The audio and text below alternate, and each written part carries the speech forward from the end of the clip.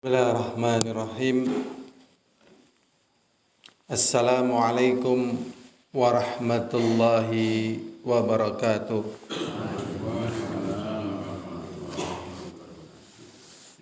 Innal hamdalillah nahmaduhu wa nasta'inuhu wa nastaghfiruh wa na'udzu billahi min shururi anfusina ومن سيئات أعمالنا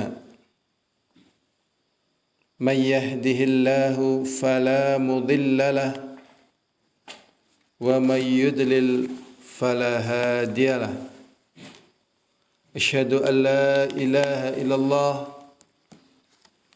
وحده لا شريك له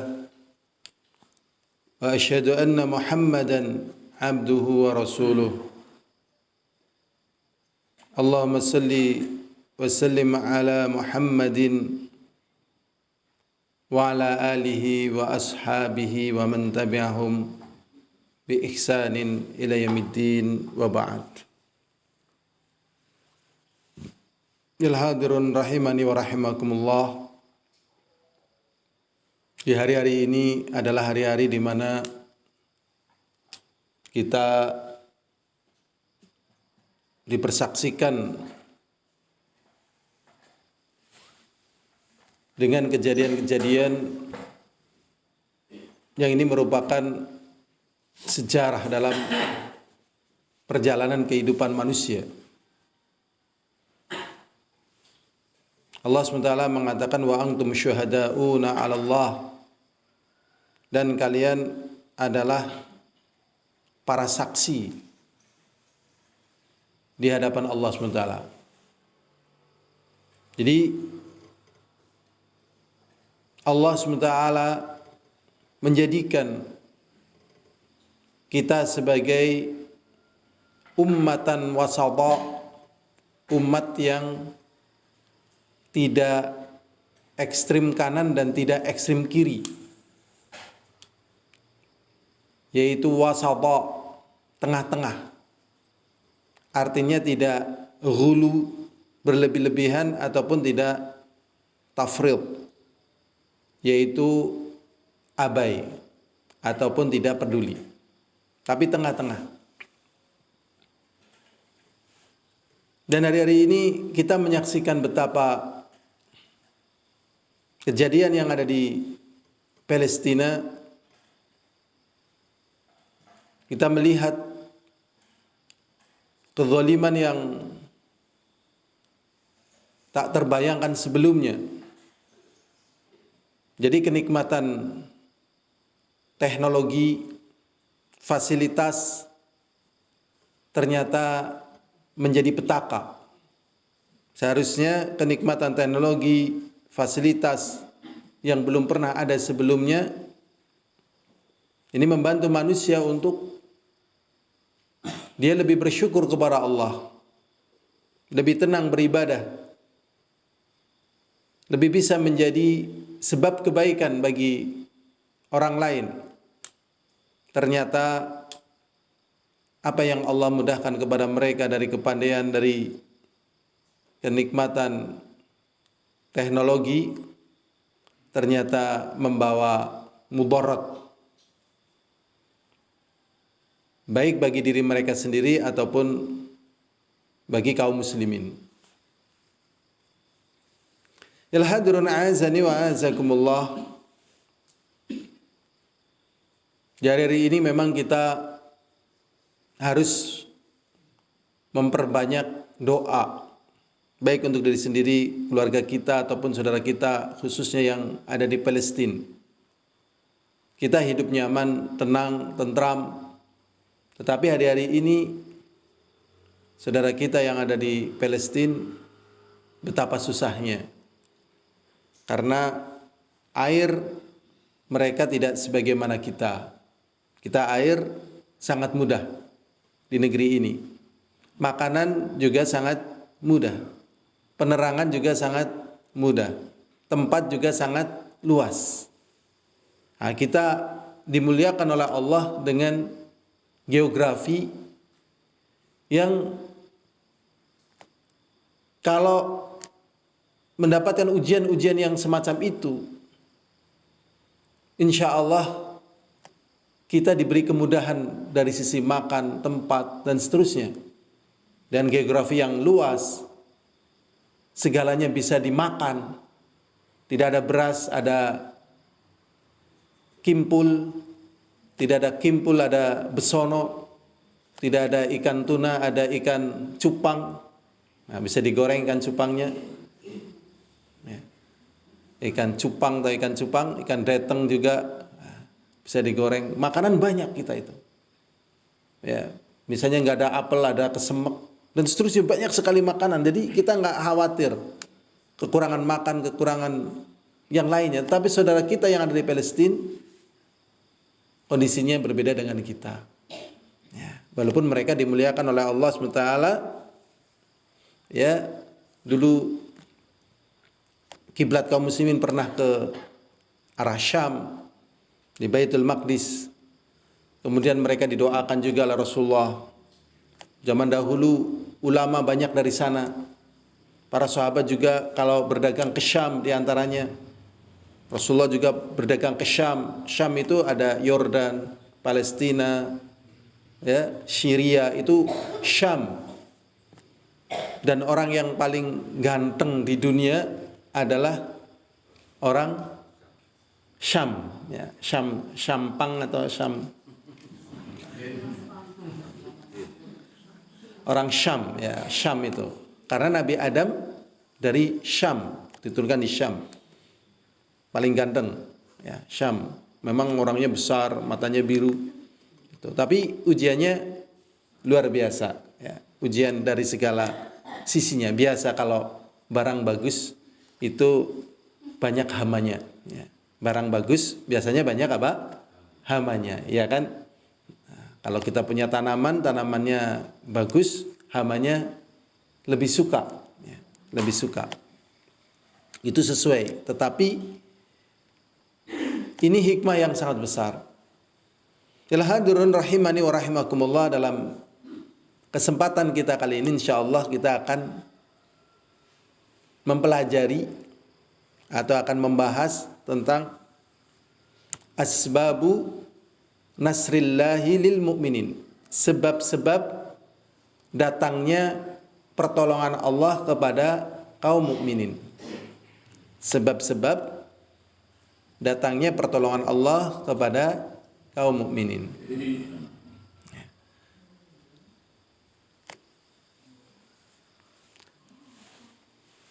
Ada hal yang perlu kita ingat. Allah SWT berfirman di dalam surat Al-Imran ayat 126. Allah mengatakan, wa man nasru illa min indillahi al-azizil hakim. Ini yang perlu kita ingat dan perlu kita faham. Allah mengatakan, dan tidaklah pertolongan itu datang kecuali dari sisi Allah yang maha perkasa dan maha bijak. Seketipun pahami nggih, hadirin nggih. Jadi pertolongan itu datangnya dari sisi Allah yang maha perkasa dan maha bijak.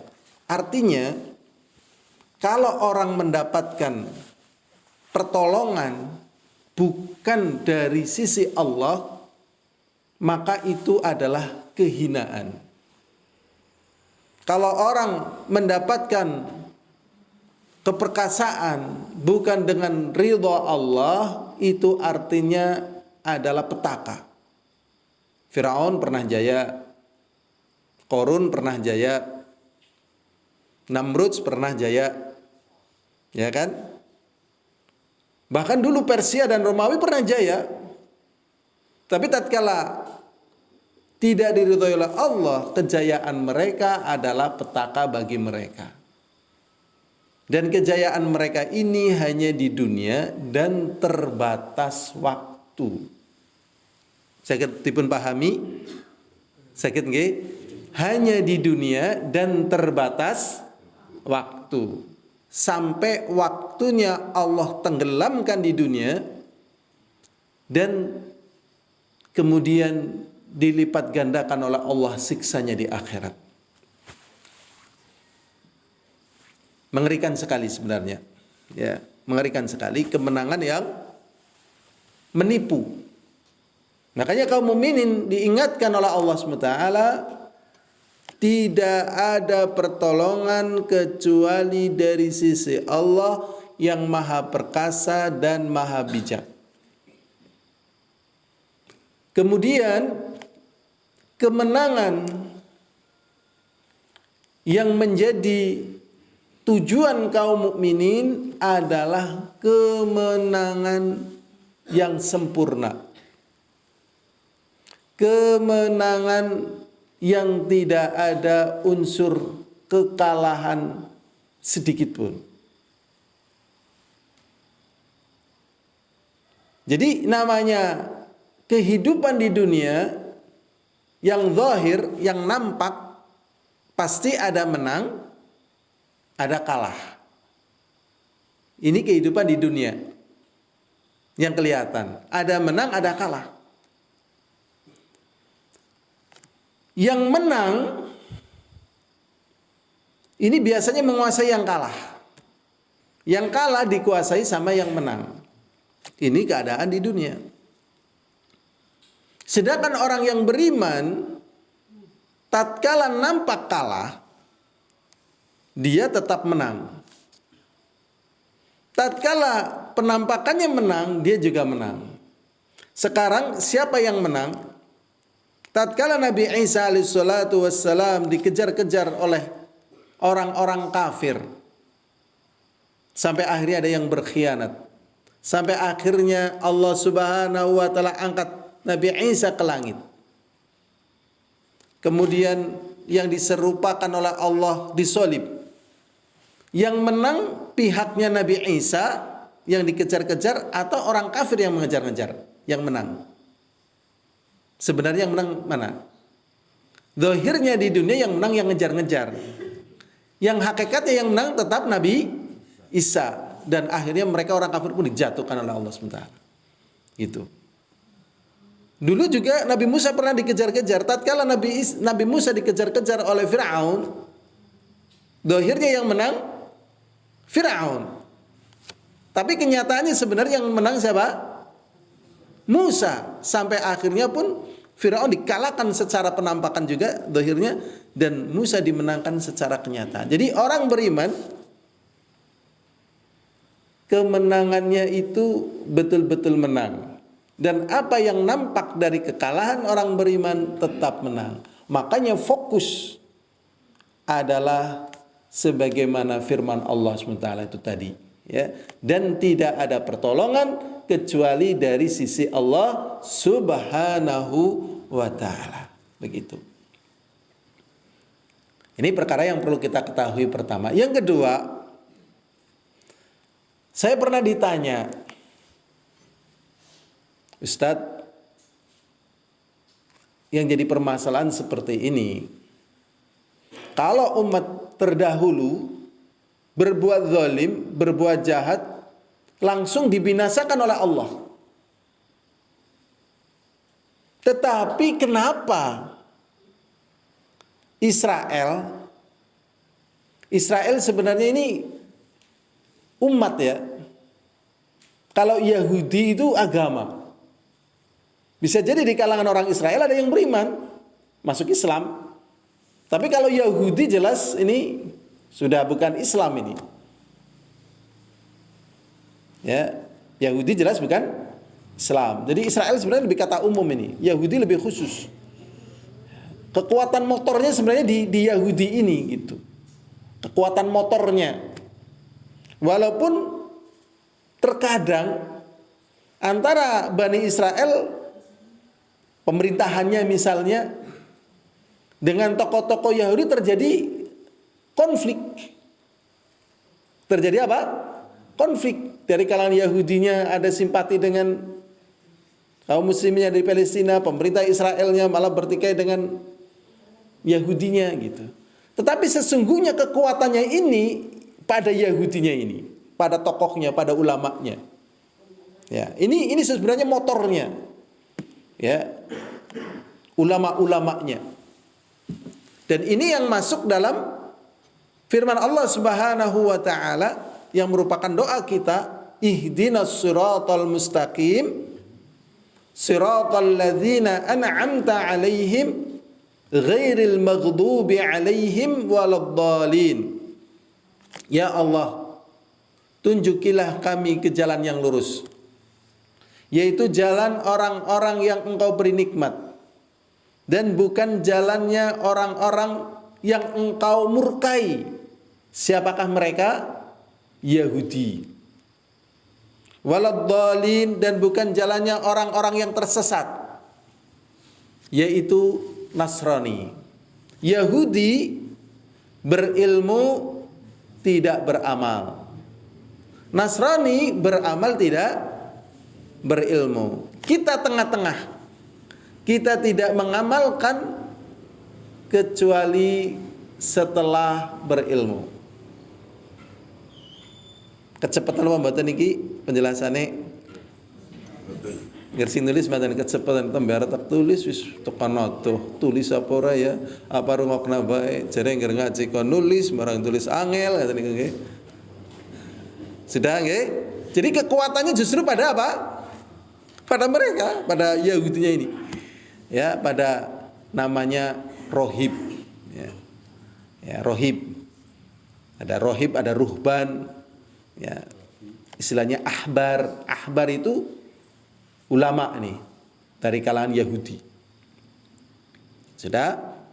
Ini orang bertanya, kenapa kalau Israel ini berbuat jahat, berbuat zalim, dipiara? Bukan karena Allah SWT memberangus mereka, mematikan mereka itu gampang. Kenapa dipiara? Sehingga ya, permasalahan ini sudah kita ingat sejak kita masih kecil. Belum selesai sampai detik ini. Nggih Pak An, nggih. Sejak kita masih kecil kan Pak An? Ya, dan mempelajari Palestina itu mandan angel gitu loh. Saya sendiri secara pribadi angel. Saya ngikutin karena ya info yang masuk ya. Dulu kita sudah pernah melihat penayangan Syekh Ahmad Yasin yang di-strum sama Israel ya, tahun 90-an lah. Kemudian kita diberi kemudahan ketemu sama orang asli Palestina, namanya Dr. Hamdi. Dia belajar spesialis kulit di Amerika, dan di Amerika dia mengenal dakwah Ahlus Sunnah wal Jamaah. Ketemu saya pas di Yaman. Yaman kita ngobrol. Ketemu teman-teman saya pas di Mekah gitu. Kalau sama saya pas di Yaman mondok bareng. Sehingga saya tanya tentang permasalahan Palestina, tentang Syekh Ahmad dan sebagainya gitu. Masya Allah, ini hal yang kita cari karena apa sikap yang paling tepat, yang terbaik untuk Palestina. Sehingga kita cari data, informasi dan permasalahan yang ada. Ila hadrun azani wa azakumullah. Setelah pertanyaan itu tadi diberikan, saya jawab begini.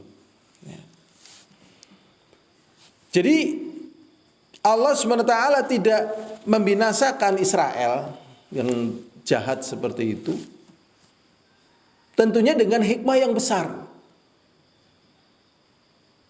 Jadi dulu orang-orang yang zalim, orang-orang yang jahat itu ditenggelamkan oleh Allah Subhanahu wa taala. Yang selamat adalah orang-orang yang baik, orang-orang yang beribadah, orang yang bertakwa. Yang selamat itu ikut kapalnya Nabi Nuh. Sisanya yang ikut kapal Nabi Nuh mati semuanya, orang-orang jahat. Jadi yang selamat itu sebenarnya orang-orang baik itu. Dari zaman ke zaman yang diselamatkan adalah orang-orang yang baik. Dari zaman ke zaman itu. Dan Allah ingin tunjukkan bahwasanya yang memenangkan segalanya itu Allah gitu loh. Allah ingin tunjukkan gitu. Pada zaman Nabi Nuh udah jelas diberangus semua. Lah, di antara orang-orang yang selamat ini nanti ada keturunannya, di antaranya nanti jadi Yahudi ini. Ya, jadi apa? Yahudi di antaranya ini. Jadi secara awalnya ini mereka sebenarnya awalnya orang baik. Secara awalnya di asalnya adalah orang baik. Cuman nggak istiqomah.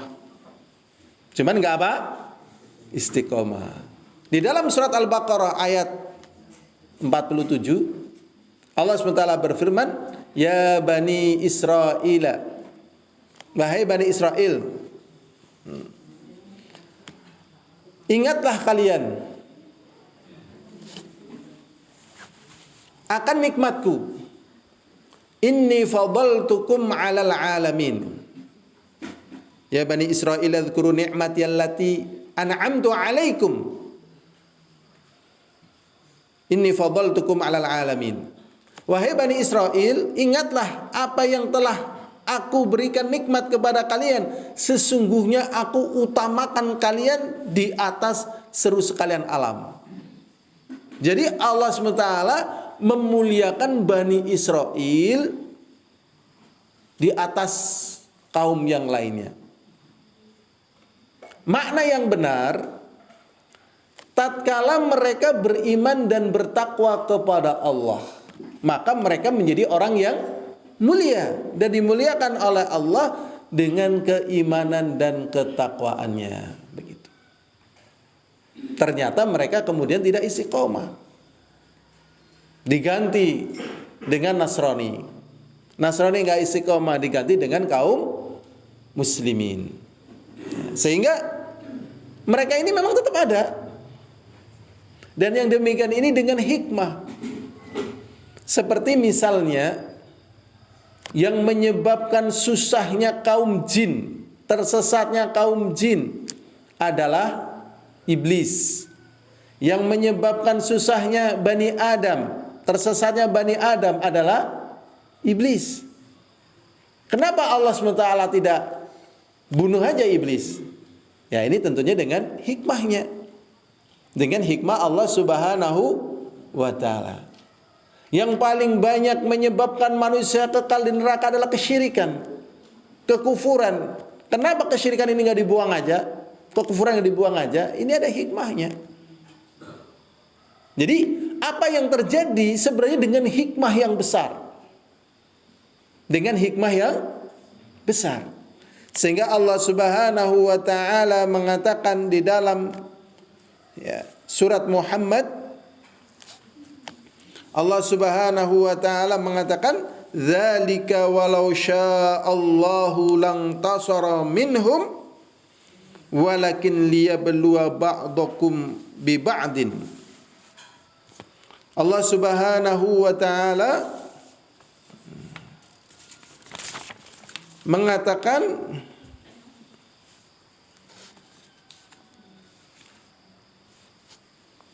yang demikian itu jikalau Allah SWT kendaki lang tasara minhum, pasti mereka akan ditolong. Walakin liyabluwa ba'dakum bi ba'd, akan tetapi ada hikmah supaya menjadi ujian sebagiannya terhadap sebagian yang lain. Jadi supaya jadi apa? Ujian sebagiannya terhadap sebagian yang lain. Jadi misalnya orang jahat ganggu orang yang beriman. Orang beriman tentunya akan mempertahankan keimanannya. Tatkala mempertahankan imanannya, disinilah orang jahat hidupnya pun teruji, susah. Tatkala orang Israel, Yahudi sekarang memberikan kesusahan kepada orang Palestina, apakah hidup mereka jadi tenang? Tidak. Apakah Benyamin Netanyahu yang demikian zalim, demikian jahat, tatkala berbuat jahat sejahat-jahatnya seperti itu, hidupnya Benyamin Netanyahu jadi tenang? Tidak. Bahkan hidupnya penuh dengan amarah, hidupnya penuh dengan ketakutan dan kekhawatiran. Demikian juga rakyatnya. Ini sebenarnya siksaan ini. Dan siksaan ini lebih gak enak. Berbeda dengan siksaan misal ya, orang disembelih mati. Tatkala mati selesai, yang jadi permasalahan belum mati, perasaan gak enak, perasaan takut, perasaan khawatir terus menggerayang, itu gak enak itu. Ini baru di dunia, belum nanti kalau di akhirat. Sebelumnya Ariel Sharon, udah mati apa belum dia? Pun mati nama dereng Ariel Sharon? Sudah? Sebelum mati enak nggak dia? Ariel Sharon sebelum mati enak nggak? Gak enak. Koma berapa tahun? 8 tahun katanya. 8 tahunnya. Menderita dia. Keperkasaan dia sebelum mati itu sudah dia tidak rasakan dengan penyakit yang demikian mengerikan ini. Jadi kalau orang tahu, orang nggak mau jadi orang jahat walaupun mungkin bisa berbuat jahat gitu. Nggak mau. Rugi gitu loh. Nggak enak. Nah sekarang orang yang dizolimi misalnya oleh Ariel Sharon, oleh Benyamin Netanyahu, kan menderita susah. Tapi menderita dan susahnya mereka ada harapan Allah ngampuni. Gimana? Ada harapan dengan ujian itu Allah ngampuni dosa-dosanya. Ada harapan enggak? Ada harapan pertolongan. Bahkan yang paling gampang harapan apa? Syahid, ya kan? Itu yang paling gampang katakanlah. Jadi di sini ada hikmah yang terungkap. Dan ini nggak bakalan dibahas di media massa, nggak bakalan. Adanya di majelis-majelis ilmu.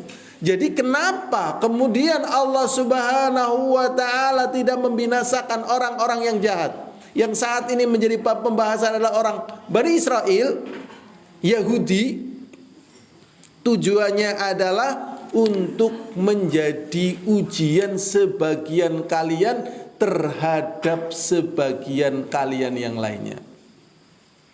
Sakit dipun pahami? Nah, niku hikmah. Bahkan di dalam Al-Qur'an Allah SWT mengatakan wa ja'alna ba'dukum li ba'din fitnatan atasbirun wa kana rabbuka basira. Dan kami jadikan sebagian kalian terhadap sebagian yang lainnya ini ujian. Ada target di situ. Atasbirun, apakah kamu bisa bersabar? Wa kana rabbuka basira, dan bahwasanya Allah melihat. Makanya ujian yang berat janjane di luar itu semuanya kehidupan suami istri. Itu kalau nggak sabar banyak yang pisahan. Gimana? Nek misalnya mboten pisahan, ini rumah tangganya itu remuk dari sisi syariat gitu loh. Nah, remuk dalam artian si laki nggak menjaga ketaatan pada Allah, si perempuan nggak menjaga ketaatan Allah, kemudian ini masih hidup bareng mesra dan sebagainya. Tapi kan bukan itu tujuannya. Lah ini semuanya ada hikmah menguji kesabaran siapa saja yang hidup di dunia ini. Makanya dengan hikmah ini kita jadi lebih mengagungkan Allah Subhanahu wa taala. Jadi tidak ada hal yang sia-sia, tidak ada hal yang tidak terkandung padanya perkara yang besar, perkara yang agung. Dan bagi siapa saja yang bisa melihat perkara ini, maka dia menyaksikan perkara yang Allah langsungkan yang terjadi di muka bumi ini. Makanya Allah mengatakan, ya, wajalnakum ummatan wasata, dan kami jadikan ya kalian sebagai umat yang tengah-tengah tadi, meniti siratal mustaqim, tidak ekstrem kanan, tidak ekstrem kiri, tidak Yahudi, tidak Nasrani, ya kan? Ya. Wasata, supaya kalian menjadi saksi bagi umat. Maksudnya kejadian ini nanti yang ada di dunia ini yang kita saksikan, itu nanti kan ada persidangan di akhirat. Ada persidangan di mana? Di akhirat. Nanti, apakah kamu menyaksikan orang Bani Israel jahat? Ya, kami saksikan gitu. Kamu lihat ya gitu. Jadi kalau Bani Israel mengatakan, ya Allah dulu kan kami karena begini ya Allah, kan mereka juga ngocel gitu. Ngocel, yang lainnya dipertanyakan ini gimana? Enggak, ini dusta ya Allah, ini dusta ini gitu. Nah ini hal yang perlu kita ketahui sebelum pembahasan. Berikutnya hadirun azani wa azakumullah. Kemenangan itu mirip seperti ibadah yang lain. Ya. Jadi kalau syarat-syaratnya dipenuhi, ya rukun-rukunnya, ya kemenangan itu diraih. Ya, kemenangan itu diraih. Tapi kalau syarat-syaratnya, rukun-rukunnya terlupakan, kemenangan itu jadi batal. Contohnya orang sudah wudunya udah benar, semuanya udah benar, tiba-tiba kentut, wudunya batal atau sah? Ah, itulah, itu kemenangan. Makanya mempertahankan kemenangan itu nggak segampang pandangan orang-orang kafir. Karena orang-orang kafir itu bersandar pada kekuatan fisik. Makanya mereka kalau berbicara tentang alutsista, mereka paling sregep dan paling fokus. Gitu, nggak Soviet, nggak Amerika dan sebagainya gitu. Walaupun kaum muslimin juga harus mengimbangi, karena itu masanya dan kehidupannya. Setiap zaman ada orangnya, setiap orang ada pak zamannya. Setiap orang ada pak zamannya.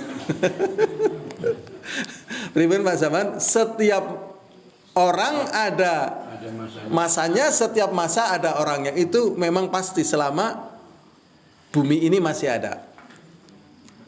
Cuma di masa kita ini nggak mungkin kita bertahan dengan bambu runcing, nggak mungkin kita bertahan dengan ala kadarnya, nggak mungkin dengan ketapel, nggak mungkin. Makanya dulu kita juga ingatkan tatkala sebagian kaum muslimin melawan Bani Israel pakai ketapel, ini nggak imbang, nggak boleh secara hukum syariat, nggak boleh. Jadi memang dalam agama kita ini ingat prinsipnya diantaranya la yukallifullahu nafsan illa wus'aha. Allah tidak membebani satu kaum kejaba nek kaum kue mampu saguh. Allah jelas lebih sayang daripada kita, jelas. Allah jelas lebih pintar daripada kita. Misalnya kita jadi orang tua, punya anak umur 10 tahun. Ge parine rong kintal dipikul. Mungkin apa tidak mungkin? Mungkin apa tidak mungkin? Tidak mungkin. Apalagi Allah, nggak mungkin kita dibebani untuk memikul perkara yang kita tidak mampu, nggak mungkin. Sehingga kalau sana persenjatanya pakai alutsista, kalau kita belum bisa pakai alutsista, ya jangan, nanti susah. Gitu. Loh rasanya kemeropok kayak gini, ya sabar. Daripada kemeropok akhirnya malah jadi bundas, daripada timun lawan duren, ya kan mending timun kepriwet carane men suwe-suwe bisa jadi duren. Nggih mboten? Ya ganti nandur duren aja nandur timun kayak gitu. Kayak gitu caranya. Nggih Pak, nggih. Sudah ya. Jadi sekarang asbabun nasr, sebab pertolongan. Dan jenis yang paling gampang itu ya, pertama iman, takwa, kemudian amal soleh. Masing-masingnya dengan dalil yang banyak sebenarnya. Ya. Masing-masingnya dengan dalil yang sangat banyak. Allah Subhanahu wa taala berfirman di dalam surat Ar-Rum ayat 47. Ini dalil ini semuanya paham. Ya, dalil ini semuanya paham karena terkenal sekali. Di dalam surat ya, Ar-Rum ayat 47. Allah SWT mengatakan wa kana haqqan alaina nasrul mu'minin. Gampang banget kan ayatnya kan? Gampang banget nggih. Saya pilihkan yang paling gampang dan paling populer. Ini. Allah Subhanahu wa taala mengatakan wa kana haqqan, dan bahwasanya wajib alaina bagi kami kata Allah nasrul mu'minin, menolong kaum mukminin. Di sini ada perkara yang penting untuk kita pahami. Yang pertama, kita tidak mewajibkan Allah untuk menolong kita tatkala kita beriman, bertakwa dan beramal saleh. Karena kita adalah makhluk, sedangkan Allah adalah pencipta kita, pemberi rezeki kita, yang menentukan kita. Sehingga kita tidak mewajibkan Allah sementara. Yang kedua, dalam ayat ini artinya adalah Allah mewajibkan terhadap diri Allah sendiri untuk menolong orang yang beriman. Jadi yang mewajibkan menolong orang beriman, ya, itu siapa? Allah, kepada diri Allah sendiri. Berarti kalau dia beriman bertakwa pasti ditolong. Pasti nopo? Lah dene yang beriman ora ditolong ya priwe? Pasti apa mbokan. Kalau kita beriman bertakwa, nggih, beramal soleh, pasti ditolong. Apa mbok menawa ditolong? Lah nyo dadi wong beriman mbok menawa gitu. Pasti ya, harus yakin itu pasti, pasti. Ada sejarah begini, sejarah ya. Jadi sejarah ini, ya kemarin tadi sudah kita ceritakan bahwasanya kita menyaksikan sejarah. Ini sejarah termasuk ini besar ini kejadian ini. Ya saya sampai terperanjat, ya Allah, di luar dugaan ini. Tatkala hari pertama penyerangan Hamas gitu, saya kata, ya Allah. Setelah itu saya teliti lagi tentang permasalahan ini. Ya. Nah, sekarang kita kembali lagi. Dulu juga pernah terjadi sejarah. Jadi dulu yang menjadi superpower adidaya adalah Genghis Khan, Hulagu. Ya, Hulagu atau Genghis Khan. Ya, sejarahnya panjang. Lah, Genghis Khan atau Hulagu ini ternyata ya zalim, ya jahat gitu. Dia sampai mengatakan pokoknya siapa saja yang menghalangi akan kami tumpas, yang menyerah akan kami tumpas gitu. Ngelawan tumpas, nggak ngelawan tumpas. Yang ada pada kalian adalah kalian takluk. Akhirnya negeri-negeri kaum muslimin takluk itu. Bahkan ada peristiwa pembantaian yang sangat luar biasa itu di Irak. Itu banjir darah. Sehingga sungai Eufrat dan Tigris itu berubah menjadi warnanya merah. Pembantaian itu oleh Hulagu, Genghis Khan, orang dari Tibet. Ngeri itu. Dan wilayah-wilayah kaum muslim terus dijajah. Ada Mesir dan sebagainya. Sampai pada peristiwa Hulagu, Genghis Khan mau masuk ke Syam, ke Damaskus. Waktu itu Syekhul Islam Ibnu Taimiyah dalam posisi di penjara. Kemudian karena Damaskus waktu itu merasa tidak mampu menghadapi serangan dari Genghis Khan dan Hulagu, akhirnya Syekhul Islam Ibnu Taimiyah minta izin kepada negara untuk dikeluarkan gitu, untuk melawan Genghis Khan. Akhirnya dikeluarkan. Akhirnya Syekhul Islam Ibnu Taimiyah menjelaskan tentang permasalahan-permasalahan bagaimana kita menang, bagaimana kita menghadapi Genghis Khan, dan seluruh dijelaskan. Sampai akhirnya sudah siap, Genghis Khan, Ibnu Taimiyah mengatakan, mari kita sambut kemenangan kita. Setelah benar langkahnya, setelah benar jalannya, syarat surutnya tadi, ya seperti wudu, nggih kan? Banyune bersih, nggih mboten? Nggih khusyuk, nggih kan? Terus cara wudune pun leres dan sebagainya. Nah, berarti kan wudune sah, nggih mboten? Nah, demikian juga tatkala syarat surutnya sudah terpenuhi berarti menang. Kemudian Syekhul Islam Ibnu Taimiyah mengatakan, mari kita jemput kemenangan. Akhirnya para pengikutnya mengatakan, "Wahai Syekhul Islam Ibnu Taimiyah, kenapa kamu tidak mengucapkan insyaallah? Semoga Allah, jikalau Allah menghendaki. Kenapa kamu mengatakan mari kita jemput kemenangan?" Nah, dibantah karena kemenangan itu pasti. Di antaranya adalah apa? Wa kana haqqan alaina nasrul mu'minin, dan bahwasanya wajib bagi kami, kata Allah, adalah menolong orang yang beriman. Begitu. Jadi kalau beriman, Allah mewajibkan dirinya untuk menolong mereka. Makanya sebelum melangkah, perhatikan iman kita, perhatikan Islam kita, perhatikan akidah kita, tauhid kita. Kalau memang sudah beriman dan bertakwa, udah pasti menang. Ya, dan itu kisahnya terlalu banyak gitu ya. seperti kisahnya pasukan yang dikirim oleh Umar bin Khattab radhiyallahu taala anhu ke Persia, Iran waktu itu, sedangkan orang Persia itu sulit ditaklukkan karena tempatnya di belakang sungai, sedangkan sungainya itu lebar panjang, sehingga sungainya ini menjadi benteng pertahanan mereka. Kalau mau nyerang ya harus lewat sungai.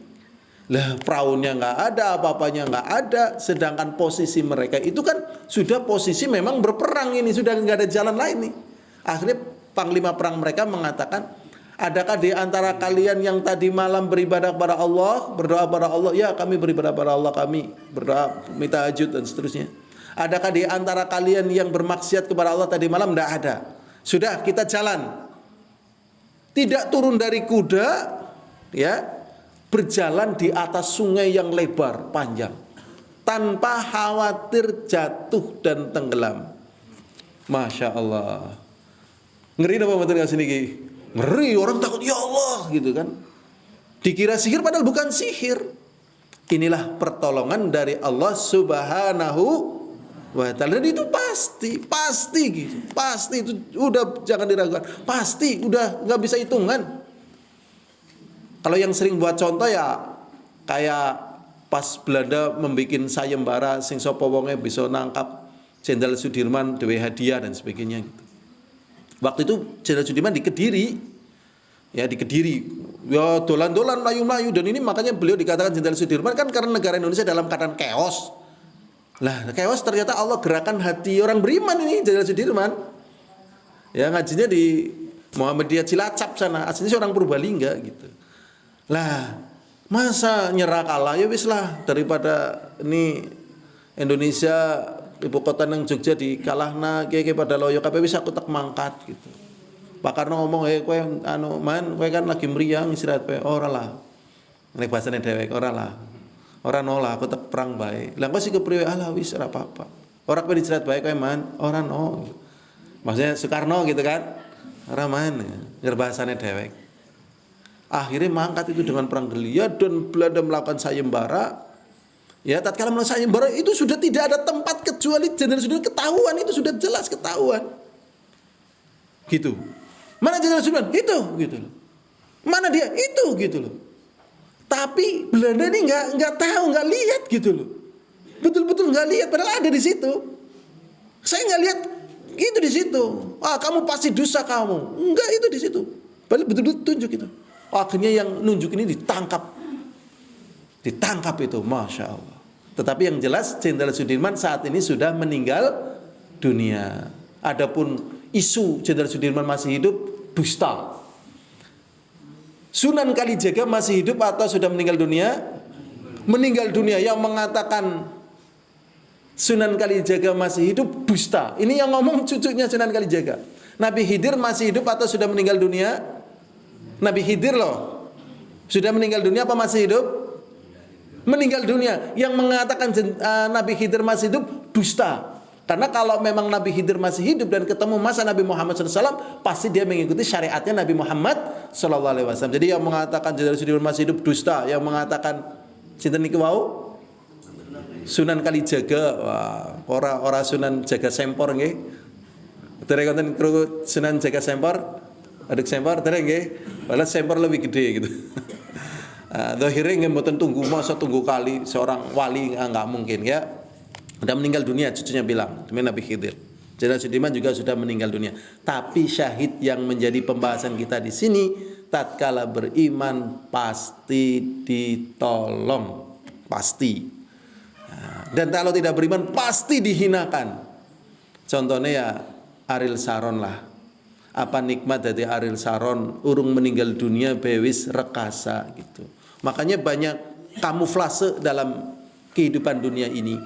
Makanya bagi orang yang paham ke dunia ini, ya akhirnya lihat-lihat seperti itu. Mungkin tadi yang dijelaskan oleh Pak Zaman, orang Palestina nggak takut, nggih. Malah memang kadang nggak masuk akal mereka itu. Bagi saya juga nggak masuk akal. Meninggal dunia kok malah seneng ya kan, Masya Allah. Betul-betul itu memang keajaiban. Keajaiban bagi saya juga keajaiban. Orang yang paling kuat menderita di dunia ini mungkin adalah orang-orang Palestina. Iya betul, ajaib gitu, Masya Allah. Ujiannya paling gede, tapi di balik itu kesabarannya juga kita belum bisa menandingi, ya kan? Belum bisa menandingi. Iya benar, wong diberitakan meninggal dunia malah senang. Bahkan ini ada yang kejadian saat ini. Yang kejadian saat ini semua keluarganya mati, meninggal dunia. Yang hidup cuman kucingnya satu gitu. Tapi dia bersyukur, alhamdulillah dengan nikmat Allah SWT masih diberi kucing ya Allah. Astagfirullahaladzim. Kalau kita mungkin sudah, aduh, naudzubillah min dzalik, enggak bisa bayangin gulung kuming. Gimana? Iya, kita kebiasaan gulung kuming. Sekarang latihan, jangan suka gulung kuming, nggih. Latihan, sabar. Ini yang pertama, yang kedua, memperbanyak zikir. Ya, memperbanyak zikir. Ini secara umum sudah tahu, tetapi ya, hal yang demikian ini juga penting karena Allah SWT ingatkan di dalam surat Al-Anfal ayat 45. Allah Subhanahu wa taala mengatakan, ya ayyuhalladzina amanu idza laqitum fi'atan fathbutu wadhkurullaha katsiran la'allakum tuflihun. Wahai orang-orang yang beriman, apabila kalian berjumpa dengan pasukan lawan, fathbutu, jangan kabur, jangan lari, jangan keder. Jadi kenapa orang itu keder menghadapi hal demikian ini? Karena tidak zikir, hatinya lalai. Ini berbahayanya hati lalai dan keder. Ngeper. Nggih, ngeper siarin apa nggih Pak Jaman? Mendal nggih Pak Jaman. Ngeper ya bedilah nggih. Ngeper. Ada kisah, ini ada kisah nih, jangan sampai menimpa kita. Ada kisah nyata ini. Ada satu wanita dari pengikutnya Hulagu. Ya, Hulagu Genghis Khan. Ya, Genghis Khan. Tulisannya Genghis Khan. Ya, tapi kalau bahasa Arab kan Hulagu, Tatar gitu. Kalau kita kan Tartar ya, Genghis Khan. Nah, itu kita sejarahnya kan sejarah yang ditulis pakai bahasa Arab. Ya. Sudah ada wanita dari Tatar di Irak waktu itu masuk ke rumah kaum muslimin yang ada di Irak, dan di situ ada 9 anggota keluarga. Ternyata dipateni siji-siji ora anak sing wani nglawan. Anak dipateni, bapak kaya ora wani nglawan. Terus satu-satu mati. Ya Allah, pembantaian luar biasa. Ini yang jadi permasalahan, kenapa hatinya nggak zikir, nggak wirid gitu loh. Manusia sama seperti manusia, walaupun dia sekuat apapun ada unsur takutnya. Seperti firman Allah Subhanahu wa taala, wa in takunu ta'lamun fa innahum ya'lamuna kama ta'lamun wa tarjuna minallahi ma la yarjun. Dan jikalau kalau kalian sakit ya mereka sakit. Cuman perbedaannya kalian berharap kepada Allah dan mereka tidak berharap. Berarti kalau sedang ngadepin kayak gini dan memang tidak ada jalan lain untuk lari, untuk menyelamatkan, hadepin apapun yang terjadi, sudah tawakal kepada Allah. Makanya di sini Allah Subhanahu wa taala mengatakan, wahai orang-orang yang beriman, apabila kalian bertemu dengan musuh, fathbutu, maka kokohlah, wadhkurullaha katsira, banyak berzikir. La'allakum tuflihun, pasti kalian akan menang. Gitu.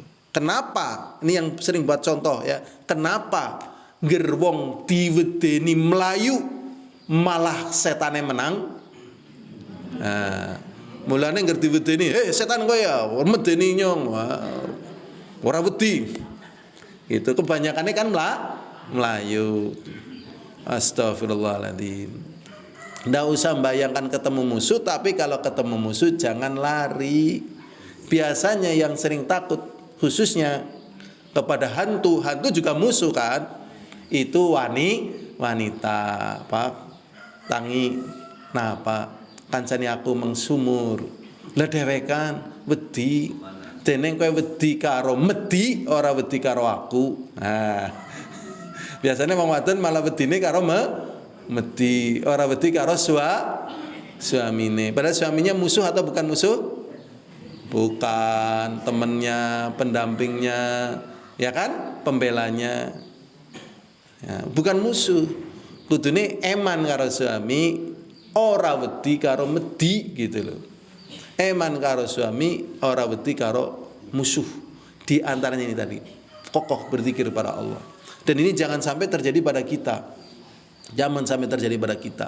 Dampak dari hati yang lengah, dari hati yang tidak berzikir dalam suasana seperti ini paling jadi pengungsi. Eksodus. Sebenarnya kan kalau mereka terlatih, terdidik dan sebagainya, wong 10 orang bisa mengalahkan ribuan orang kok. Kenapa 10 orang bisa mengalahkan ribuan orang? Ya karena hatinya berzikir, ingat. Makanya ada ayat ya kan yang sering disampaikan, kam fi'atin qalilatin ghalabat fi'atan katsiratan biiznillah. Apa lagi ayatnya nggih? Ayatnya ini kan terkenal banget. Ya, terkenal banget ini. Ini pidatonya Tolut tatkala mau menghadapi pasukannya Jalut yang besar. Ya, ini Tolut itu dari Bani Israel. Dari Bani Israel janjinya ujiannya ya kayak banget. Kayak gemian nih ujiannya. Ya. Ini tatkala sudah pasukannya ngelokro semua, ternyata yang tersisa ini harus berhadapan dengan pasukannya Jalut yang perkasa, panglimanya sangat besar gitu ya. Sangat besar gitu. Ya. Sangat besar. Panglimanya besar sekali. Ternyata bala tentaranya Tolut ngeper. Padahal ini bala tentaranya Tolut ini sudah terdidik, terlatih dan lulus seleksi. Ya. Ternyata tatkala berhadapan dengan pasukan ini ngeper ini mereka itu.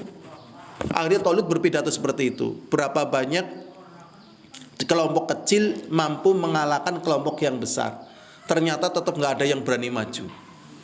Akhirnya tiba-tiba ada yang berani maju sendirian. Padahal bahasa kasarannya nggih tesi bocil. Bahasa kasarnya masih apa? Bocil. Bocil artinya apa nggih? Aku harus maju. Aja aku tesi bocil. Ora aku harus maju. Ora oli. Tetap aku maju. Ora oli tetap gitu. Sama kakak-kakaknya nggak boleh. Tetap nggak boleh gitu. Aku harus maju.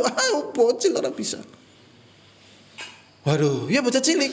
Karena ini mendesak, akhirnya kakak-kakaknya nggak bisa menging. Akhirnya maju. Ya, waktu ini yang anak masih kecil ini, masih muda ini, ya namanya siapa? Siapa yang tahu? Siapa yang ingat? Daud, betul. Wah inilah. Kemudian Daud di sinilah. Ini nanti juga jadi pelajaran. Kecepatan dan kegesitan, ya. Cepat dan gesit. Wah, kan panglimanya tentara Jawa besar itu, pedangnya berapa nggak tahu, beratnya gitu. Kalau ibaratnya cuma ditempel ini bisa jadi badan terbelah jadi dua, karena orangnya sangat kuat, sangat besar, pedangnya sangat berat. Daud kecil, masih muda, cuman dia mengandalkan apa? Kecepatan dan kegesitan, cepat dan gesit. Ternyata dia tidak membutuhkan pedang, nggak membutuhkan apa, cuman apa? Batu. Tatkala dipenggal kayak gini dia lari, bus sambil lempar, des gitu. Dikejar lagi, lari lagi sambil lempar, des gitu. Ya lama-lama juga capek gitu loh. Capek akhirnya lemes kena waktu teplak sesuai ya lara walaupun waktu cilik akhirnya ya mati gitu. Makanya bagi bangsa Palestina yang saat ini sedang berperang, yang nampaknya timun mungsuh duren, nah ini dalam posisi yang seperti ini memang tidak ada jalan bagi lain. Mereka banyak berdoa, banyak berzikir, pakai strategi gitu. Memang mungkin akan ada pertolongan ini dan itu, tapi tetap penolongnya adalah Allah. Karena memang ini dasar daripada tatkala orang melangkah itu syaratnya mampu. Kalau belum mampu ya jangan melangkah. Karena dalam prinsip perang yang ada dalam agama kita ini meminimalkan korban di kedua belah pihak. Makanya tatkala ya Nabi Muhammad wis kangen karo Mekah, suwe ora haji, ora umroh, ya kan? Setelah hijrah dari Mekah ke Madinah wis ana 10 tahun, kepengin umroh, kepengin haji. Nah wong musyrikin ya uli, tapi ana syarat. Pertama tawanane Nggonku sinang nggonmu sinang Madinah balekna. Lah tawananmu sinang Mekah men. Sing keloro jenengan Nabi Muhammad contreng. Ora ana nabi-nabian. Muhammad diketok. Ya. Lah kok kowe boleh umroh oleh haji ngono. Pada perjanjian Hudaibiyah. Mendengar hasil perjanjian ini seperti itu Umar ora terima, Umar bin Khattab. Ya Rasulullah, kenapa engkau terima? Kalau memang kita mau perang, mereka rata gitu. Kalah gitu. Menurut perhitungan siapa? Umar bin Khattab. Kalah itu Umar bin Khattab sudah bisa membaca gitu kekuatan musyrikin yang ada di Mekah berapa gitu. Tapi bersamaan dengan ini Rasul tetap enggak ikutin aja. Sampai akhirnya nanti berapa puluh tahun kemudian baru futuh Mekah dan penaklukan Mekah hampir tanpa korban. Sampai Abu Sufyan pun masuk ke dalam Islam. Karena Rasulullah mengatakan barang siapa yang masuk ke Mekah maka dia aman. Barang siapa yang masuk ke rumah maka dia aman gitu. Akhirnya yang nggak mau perang masuk ke rumah dan sebagainya. Ada penaklukan. Peminimalan apa? Korban. Tapi yang jadi masalah ini sudah masuk, ini udah perang. Maka ya sebagaimana definisi perang adalah tipu-tipu, maka memang harus mengandalkan strategi. Ya, strategi ini di samping berada sebagainya. Sebagaimana siapa tadi? Daud melawan panglima tentaranya Jalut pakai strategi atau tidak dengan strategi? Strategi. Ngeradu pedang menang apa kalah? Kalah jelas. Ngeradu tombak jelas kalah. Orang imbang. Adu gulat kalah. Kemungkinan yang menang nah ya wis lempar batu, kejar Melayu. Ya, Melayu maning, kejar terus begitu. Capek. Ya, ini strategi perang itu mas strategi. Ya, seperti ya terowongan Vietcong yang ada di Vietnam. Wah, ini strategi juga. Memang perang itu ya kesel lah. Nek panjenengan sedaya pun nate kerja bakti ngedok ket esuk ngantekan bengi kesele kaya ngapa? Perang ngungkuli gitu. Jadi perang gue jadinya dipikir-pikir ya ora enak. Makanya orang-orang beriman orang seneng perang. Mau perang gue ngapa sih? Gitu. Perang itu ada tujuannya pertama menolak mudarat. Ya, masa arep direbut ya raulih dibela. Atau menolak bahaya. Ini orang zalim dan jahat harus disembuhkan dari kezalimannya lah. Kadang menggunakan kekuatan semacam itu. Tapi asalnya enggak. Lebih enak beribadah, lebih enak damai gitu. Ya hadirun azani wa azakumullah tadi dengan berzikir. Ini sebab kemenangan. Berikutnya hadirun azani wa azakumullah. Yang ketiga ya.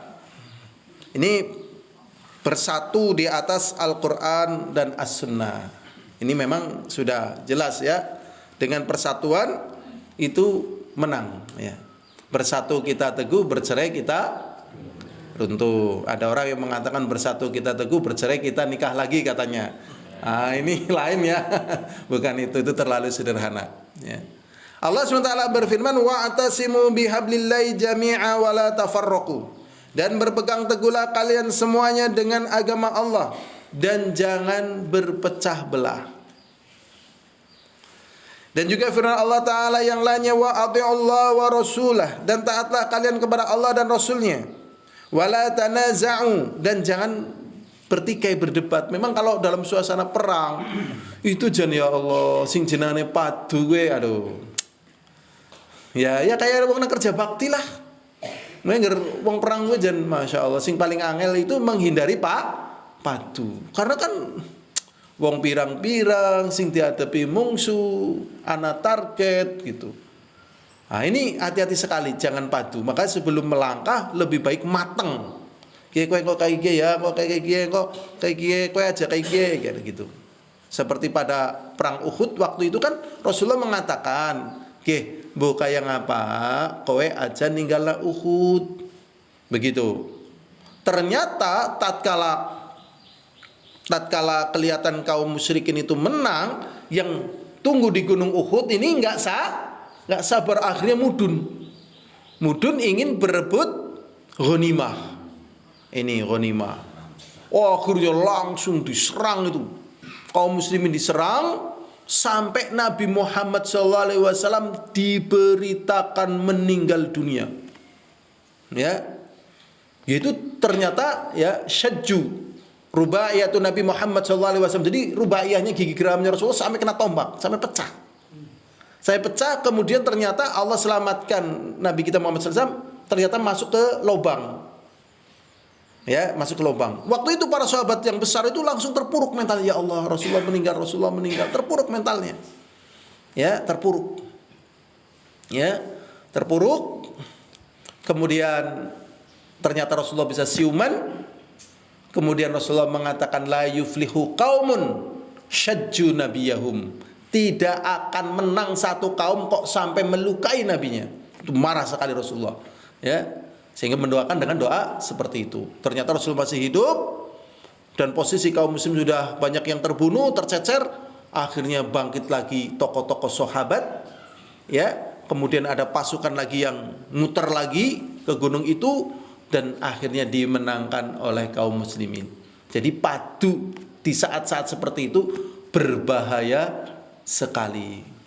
Dan supaya jangan padu ya di luar peristiwa itu jangan padu. Seperti padunya tatkala orang sedang haji. Kalau haji kan nggak boleh padu. Wala jidala, wala rofasa, wala fusuqa fil haji aja padu. Wala fusuqa jangan fasik. Wala rofas jangan mesum fil haji. Ini memang ibadah itu jangan padu. Kalau padu, ini seperti yang Allah katakan, ya. Wala tanaza'u dan janganlah kalian bertikai wa tafshalu sehingga kalian menjadi fashal. Fashal itu kekuatannya lemah. Wa tadhhabari hukum sehingga hilang kekuatan kalian.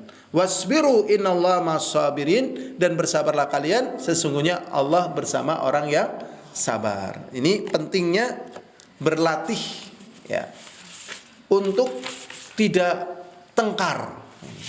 Semoga hal-hal latihan kecil ya, misalnya di rumah tangga jangan sampai kita terjebak kebiasaan tengkar sama suami ya, sama suami atau sama istri. Yang sering nengkarin itu suami atau istri biasanya? Yang sering nengkarin loh. Biasanya istri atau suami? Istri ya, apa suami?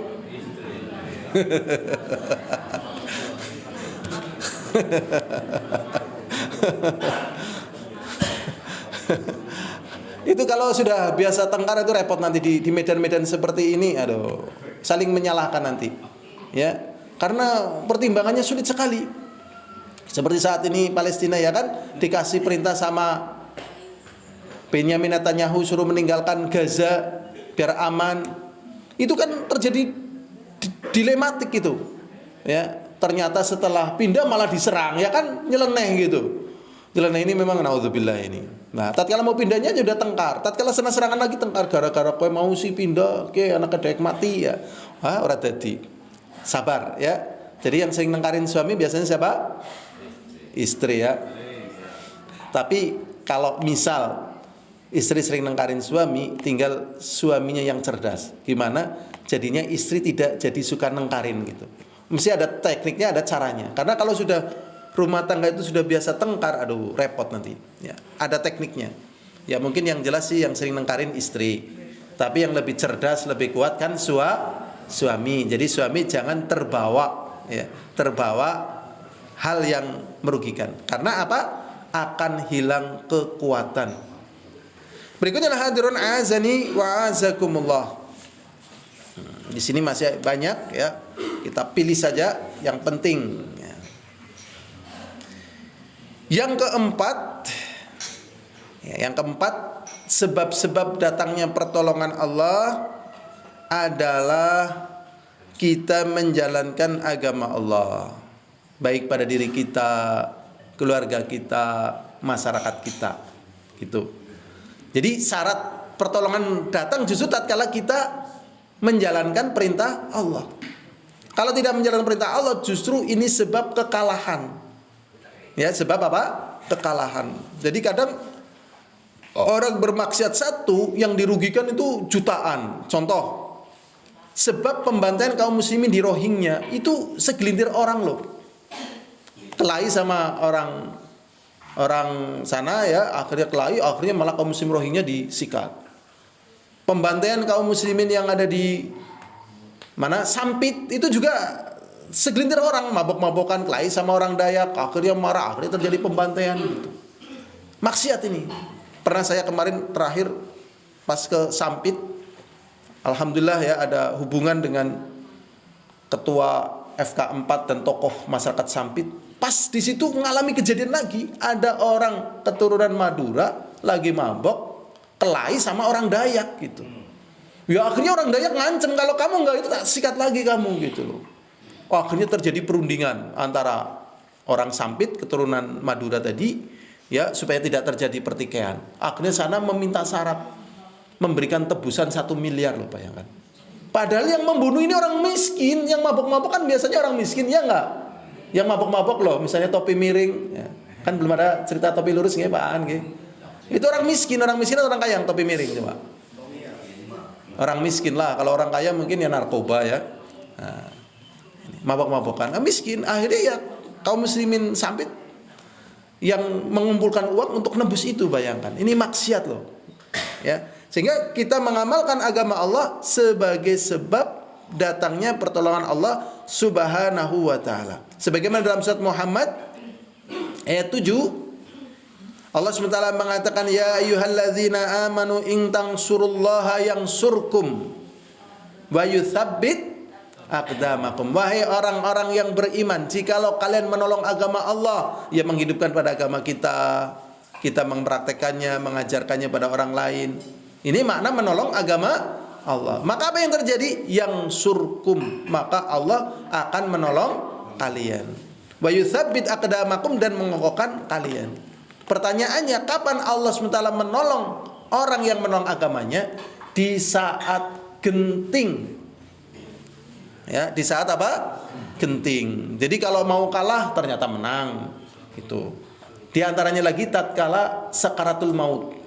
Tatkala sakaratul maut, nah ini malaikat datang.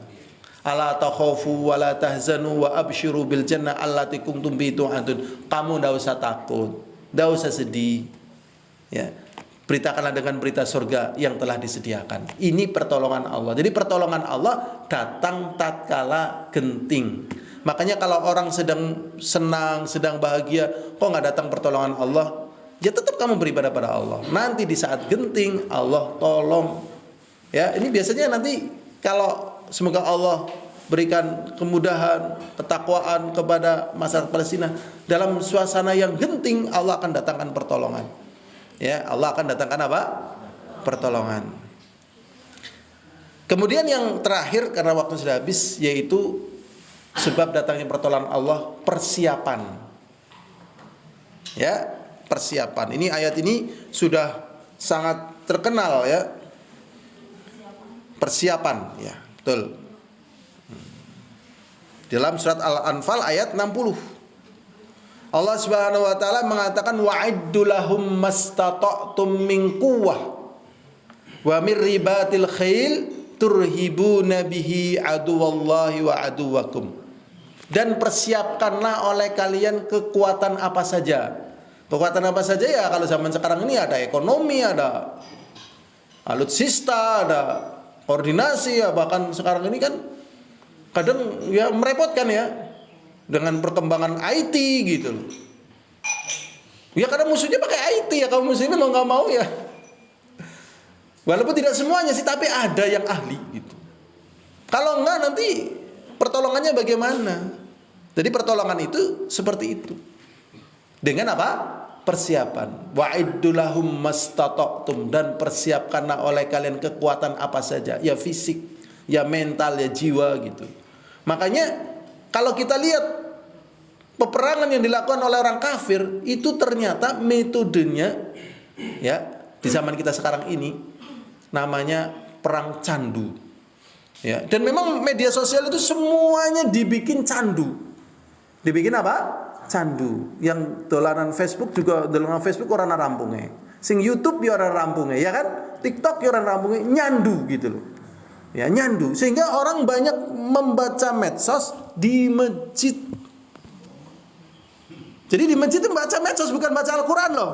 Ini nasihat buat kita semuanya, ya kan? Lah apalagi bukan di masjid, di kereta, di tempat wisata dan sebagainya. Di masjid aja, ya kan? Masya Allah. Bahkan kadang di Mekah, di Medina pun lagi sholat ya kan, lagi sujud ya kan, lagi sujud di hadapan Ka'bah, cepret ya kan, lagi khutbah di Masjid Nabawi malah ada aja selfie, lagi tawaf selfie, ya Allah. Ujian ini ya, ini ya. Jadi kekuatan apa saja. Tadi kadang ini juga kalau nggak hati-hati ini melemahkan kaum muslimin. Ya, kalau nggak hati-hati, walaupun bisa tapi hati-hati supaya jangan menjadikan mudarat, tapi jadikan manfaat. Wa idulahum mastata'tum, dan persiapkanlah untuk pada mereka kekuatan apa saja yang kalian mampu. Ya, mirribatil khail, dari kuda yang ditambat. Kalau zaman dahulu kuda. Kalau zaman sekarang ya tahu sendirilah, tank mungkin yang lebih canggih gitu. Wong roket aja di perang Timur Tengah kayaknya kok kayak bambu runcing ya kan? Bambu runcing masih mending loh, karena kita bisa sembunyi. Kalau ini kan jarak jauh permasalahannya. Rudal itu kan, masya Allah. Pemiribatil khail turhibuna bihi aduwallahi wa aduwakum, yang menyebabkan takutnya musuh Allah, yaitu orang kafir. Jadi orang kafir adalah musuhnya siapa? Allah. Yahudi Nasrani musuhnya Allah. Ya. Wa aduwakum, dan juga musuhnya kalian. Jadi diantaranya tetap adanya apa? Persiapan. Jadi tidak boleh secara bahasa Jawanya itu ulagaran ya, tanpa persiapan, atau istilahnya lagi kadukwani, kurang prayoga, itu jangan. Tetap perhitungan, tersistem, terencana dan sebagainya gitu. Jangan terbawa emosi gitu. Ya, jangan terbawa emosi, jangan. Jadi saya pernah nulis status ya, statusnya begini. Bersabar bukan berarti kalah. Tatkala kita belum mampu menang, ya sabar. Dan sabarnya kita bukan berarti kalah. Ya. Berani kalau berakhir dengan kerugian itu tidak bisa dikatakan berani. Tetapi itu gegabah. Ya. Begitu, ya. Kemenangan kalau tidak dengan ridho Allah itu pun tidak bisa dikatakan dengan kemenangan. Makanya pertama, kemenangan pasti berpihak kepada orang yang beriman, itu pasti, itu tidak bisa diragukan lagi, tidak bisa diragukan lagi. Jadi kalau misalnya orang kafir nampak menang, itu hanya nampak saja.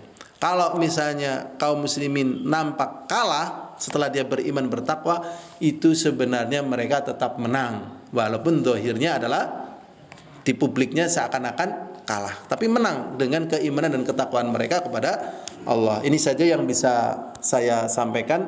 Semoga ada manfaatnya. Semoga kita tetap menjadi orang-orang yang menang, baik di dunia ataupun di akhirat. Apabila ada kebenaran, datangnya dari Allah. Apabila ada kesalahan, datangnya dari diri saya sendiri dan juga dari syaitan. Walhamdulillahirabbil alamin.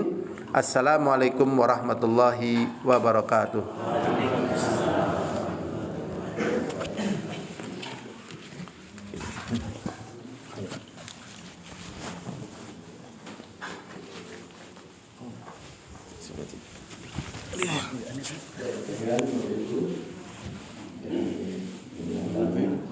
Gini bahkan sekitar anu nih, anu mindah.